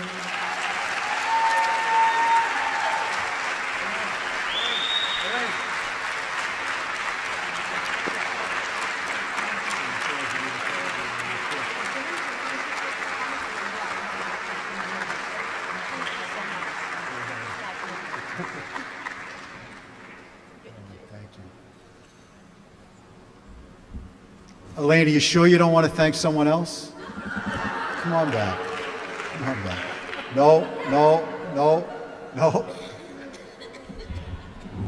I'd like to thank Tom Gould.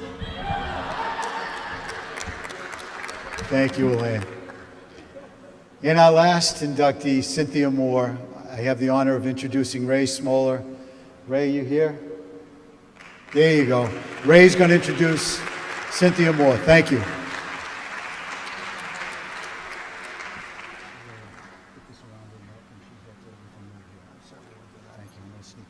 All right. Good evening. I'm extremely honored to be here in front of you to introduce Cynthia Moore. Cynthia Moore, to me, is a special education teacher, but take the education out just for a second. Special teacher. Special teacher. That defines Cynthia to me.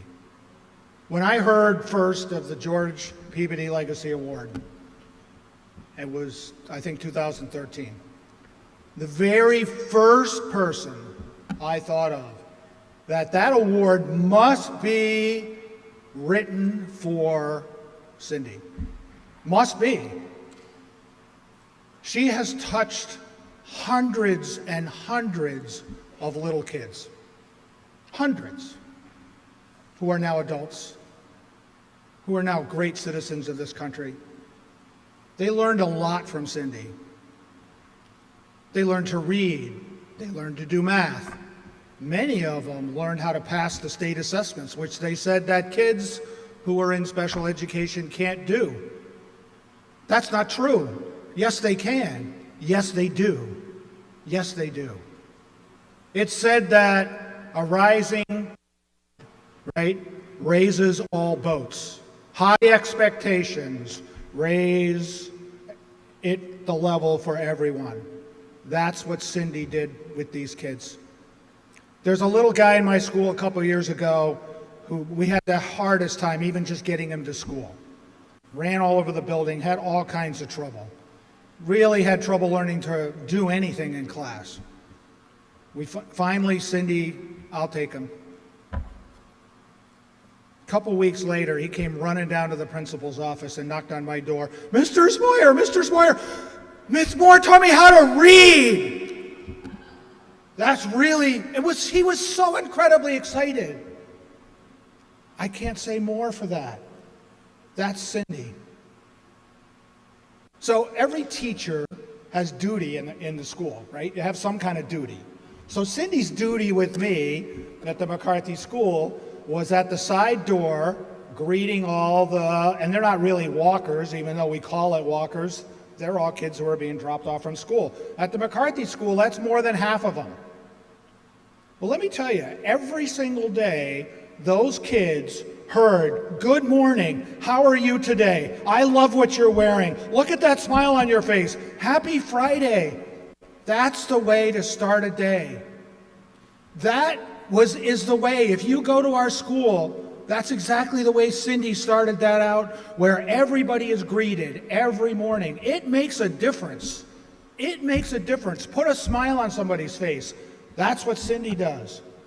So she not only educated students in the academic subjects, but she educated the whole child, and we talk about that a lot, but that's really what she does. That's really what she did. She cares so much for the kids.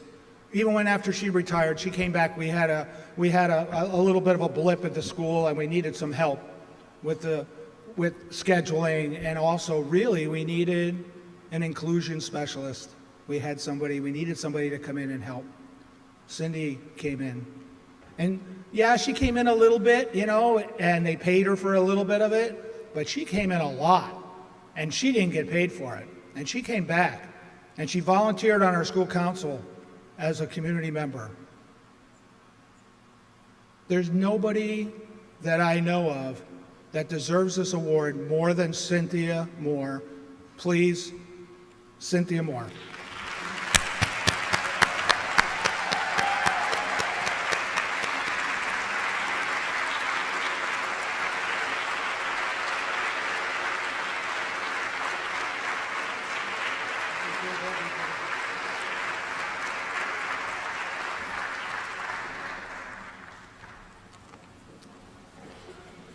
thank you, Ray. He's always been one of my biggest supporters.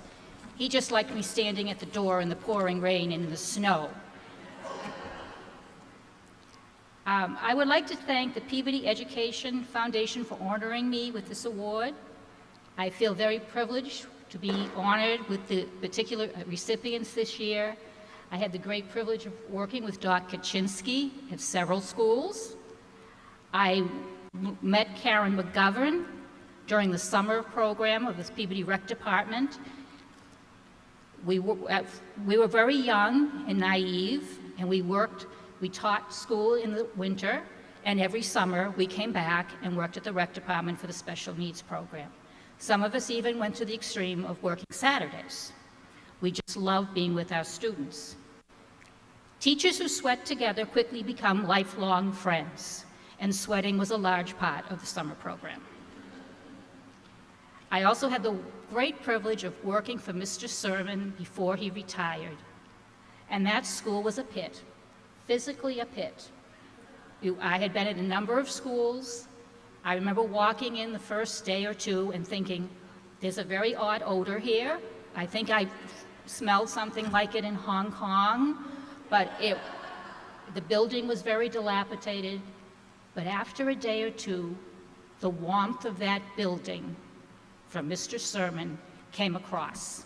It was wonderful to see these little kids with no cafeteria, a hot top playground, no climbing structures, no place to perform anything together unless they were bused to the South School. It was wonderful to see them. The only thing they could do as a group was to have a Halloween parade, and the entire neighborhood came out as all the teachers and all the students dressed up in costume, and that was the Brown School tradition. So it was a wonderful privilege to be honored with him. It was always my dream to be a teacher. Not many people actually get the opportunity to realize their dream, let alone get paid for doing it.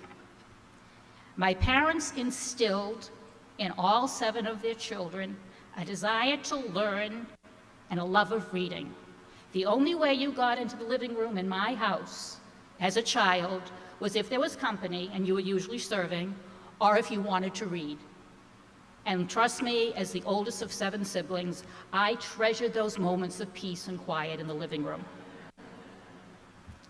My first position in Peabody was as an emotionally disturbed teacher. That's what it said on my contract. I always thought maybe it was a miswording, or perhaps they saw something in me that I didn't realize. Fortunately, my first special ed director said to me labels didn't matter, and I thought, thank goodness. He explained that it was not important. In those days, there was no spectrum to be on. ADD, ADHD, PDD, and OCD were just letters of the alphabet. The categories that were around, I can't say now because they're totally politically incorrect. It was my job to figure out what a student knew, what he didn't know, what he needed to learn, and how to teach him to get to learn what he needed to learn. I followed that advice from my first special ed director all the way through my career. It worked well with students of every age. It worked well with principals, special ed directors. You just figured out what you needed to do and how to get there. The 1970s was a unique time for special educators. The new federal law and state laws were bringing the special education students out of the basements, out of the closets, and mainstream them into the general ed population. Now we call it inclusion, but remember, labels don't matter. The special ed gods blessed me when I was assigned to the Kiley School. I came to realize it was a very special place. There had never been a special education class or special education students at the Kiley School. Kiley School, with Jack Muratag as its principal, was a perfect place for me to start my teaching career. Jack had a set of priorities that he used to lead his school. First and foremost came your family, next came your students, then the school staff, all the teachers, classroom, special education, and specialists, occupational and physical therapists, speech pathologists, the special and general education paraprofessionals, the nurses, secretaries, cafeteria workers, custodians, team chairs, and psychologists. Finally, there were the families of our students, and then there was the rest of the world. Everyone was treated with respect and courtesy. We all knew each other's families. We celebrated the good times and supported each other through the bad times. Each of us took pride in our school, our students, and our teaching skills. My students were mainstream for lunch, recess, and specials. I had a volunteer paraprofessional, because of course they hadn't budgeted for that, called Audrey Llewellyn, and for the more mature of you, you will remember her with a big booming voice and a even bigger heart. She could come on the days she wasn't subbing.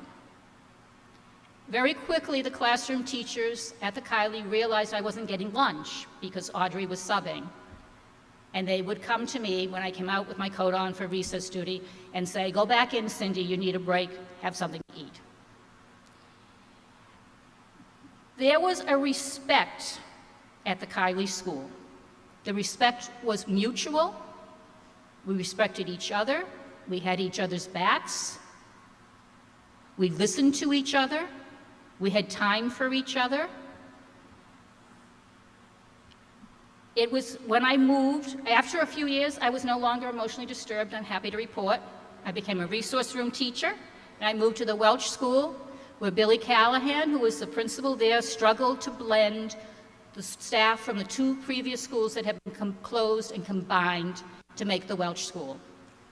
One school had coffee in the cafeteria, one school had coffee in the teacher's room. I just kind of bopped back and forth between both. It takes time to build a school. I just thought everything would be like the Kiley, and it wasn't. It was very special to me there because I had another special education teacher. Because as wonderful as the other classroom teachers were, they didn't really understand special education.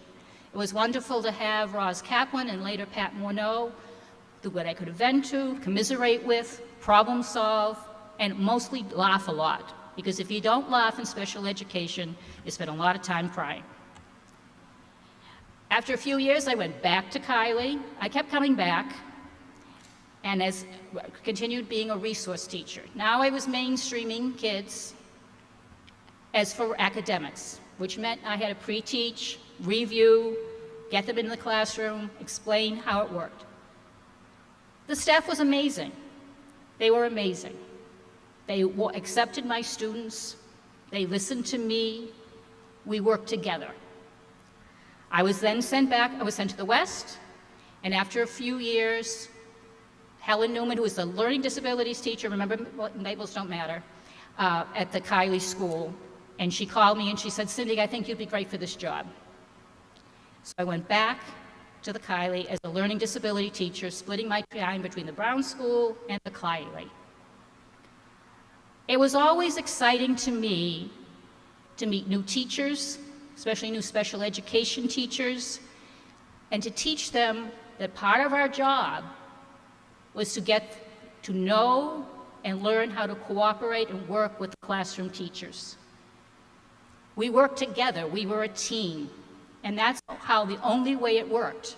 Some schools didn't have that, and it's hard work, and it takes a long time. But I have been blessed in many ways. When the Kiley School closed, I was there for the closing, which was very sad. There were a lot of orange crates, and moved to the McCarthy. It was hard. I had seen how difficult it was to blend a school. And it was hard coming to orange crates. It was hard losing part of our families to the work school with the redistricting. But we unpacked the crates because the students and their families were coming. The students from Route 1 were coming, and we had to get going. We had to absorb a preschool, new set of teachers and friends to be made.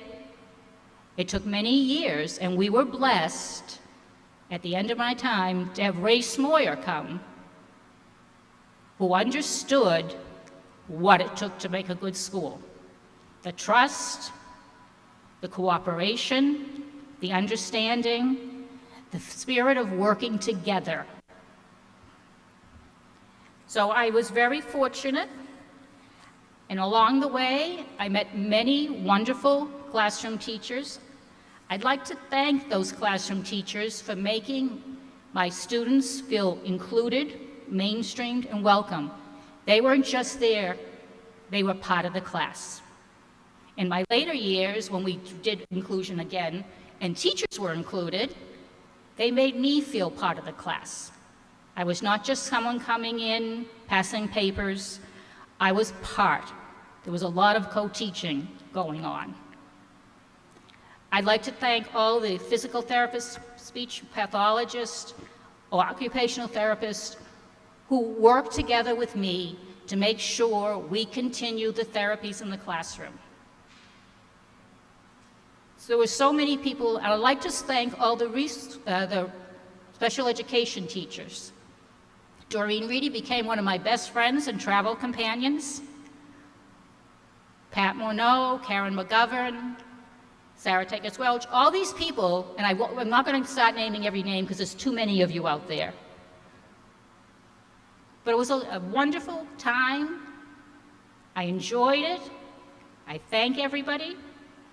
And I wish all of you educators the joy of working at a really special school. Thank you.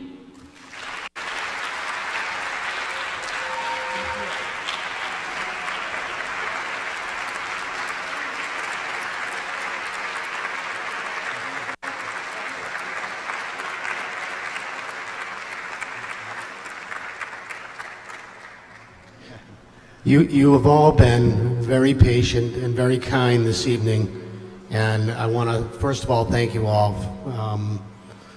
We've really enjoyed having the opportunity to provide this night and listening to the stories of the many people, and some touched really deep.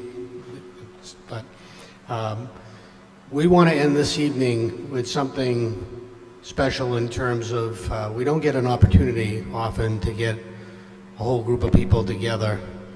So I would like to I'm going to read the roll of the past inductees, the past honorees, and I would like to have them join us up on the stage so that we can get a picture of all of you with your new medals on.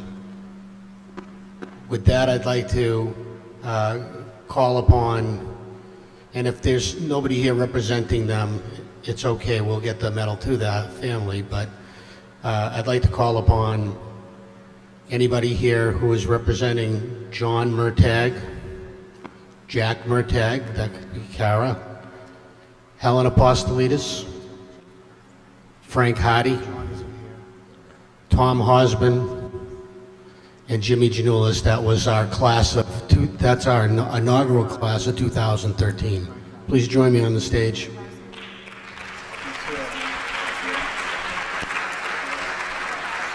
And Maya, could you join us as well?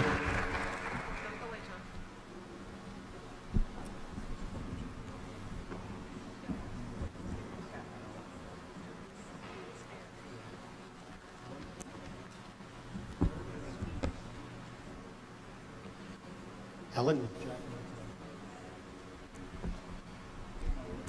Jack, if you could take it out, you can wear it, please. Helen? You can put it on.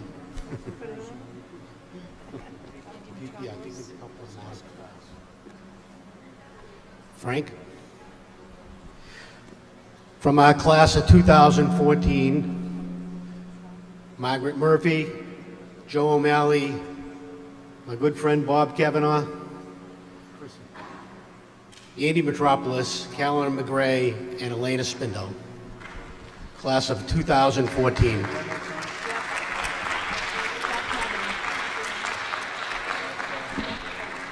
Andy Metropolis.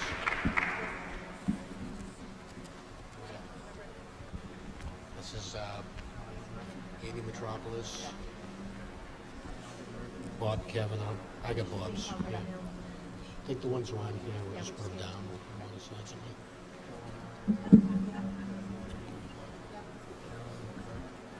Mr. Kavanaugh. We didn't get a billboard for it. Andy Metropolis. Margaret Murphy.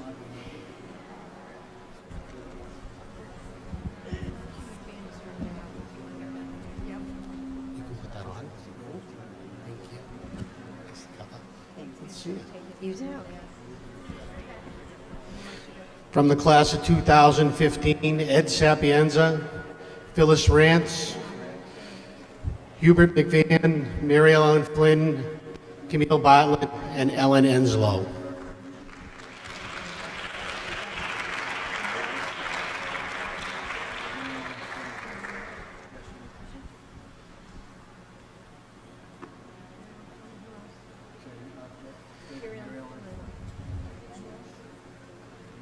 From the class of 2016, Jan Anderson, Dave McGeaney, Jerry Hallinan, I saw him here tonight, Janice Harkins, and Warren Waugh.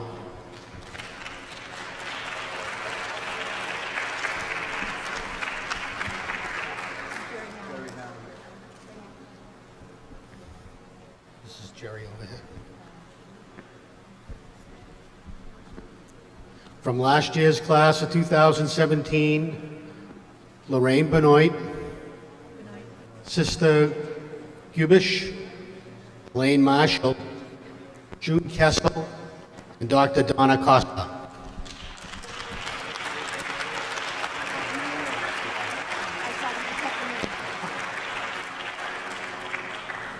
Elaine Marshall. This is Lorraine Benoit. And Dr. Costa is here.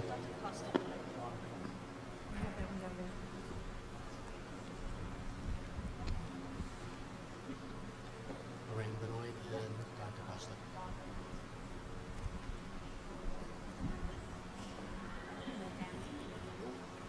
Thank you. If you could, please.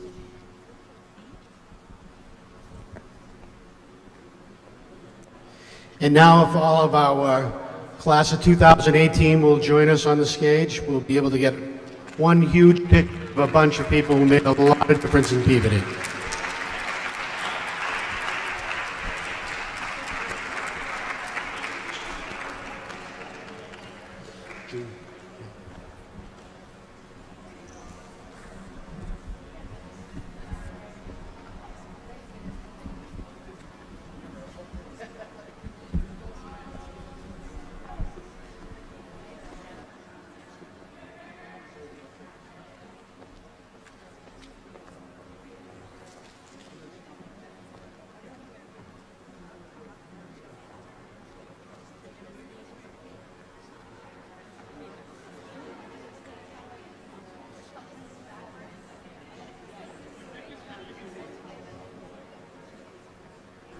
We want to get two pictures. One will be of the whole group, and then the other will be of the 6 new honorees.